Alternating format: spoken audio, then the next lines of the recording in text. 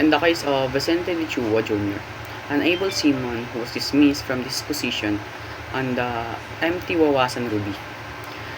The case pits Chua against his employers, Trans Global Maritime Agency Incorporation, Goodwood Ship Management, PTE Ltd, and the ship's master, Michael Estaniel. Mr. Chua was dismissed for allegedly returning late from his shore leave and refusing to sign a written reprimand. He claims the dismissal was unfair and without due process, arguing that the reprimand contained falsehood and that he had a valid reason for his late return. The employers remain that his refusal to sign the constitute insubordination justifying his dismissal. The case progressed through various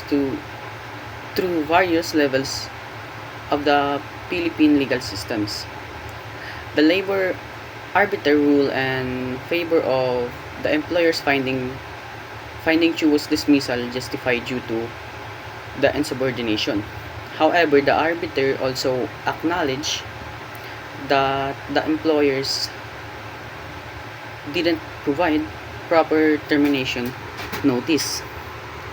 Then the National Labor Relations Commission upheld the dismissal but awarded nominal damage to Chua for the lack of due process. The Court of Appeal reversed the National Labor Relations Commission decision, finding that Chua's dismissal was illegal. The Court of Appeal reasoned that the employers had not presented sufficient evidence of insubordination and that the dismissal was disproportionate to alleged offense. The Court of Appeal ordered the employers to pay Chua back wages, damages, and legal fees. The Supreme Court affirmed the Court of Appeal's decision, finding the employers failed to prove Chua's insubordination. The court also adjusted the interest rate and the award damage. The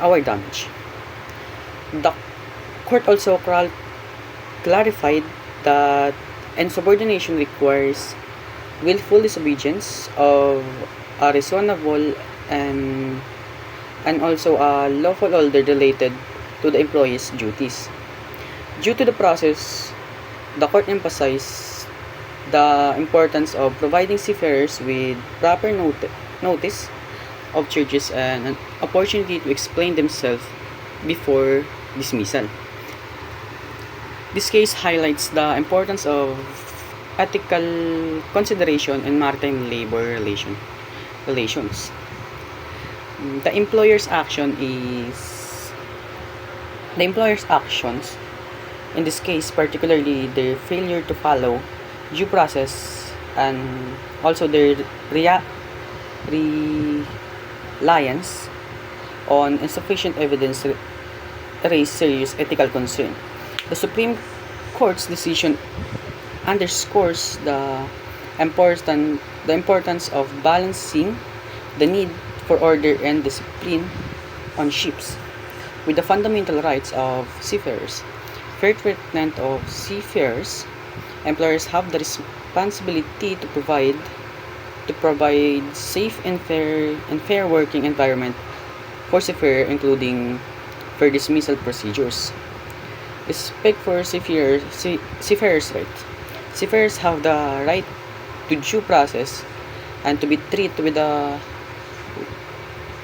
with respect even they are accused of misconduct.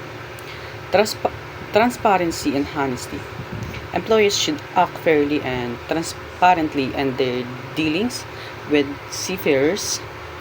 providing them providing them with accurate information and fair opportunity to defend themselves proportionally of punishment. Dismissal should be a last resort and should be proportionate to the offense committed.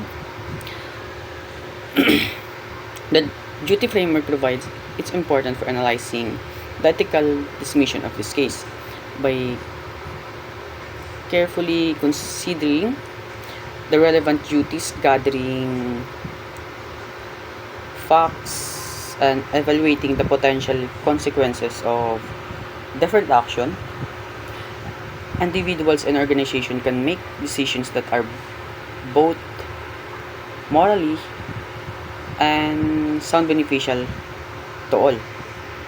That's all. Thank you.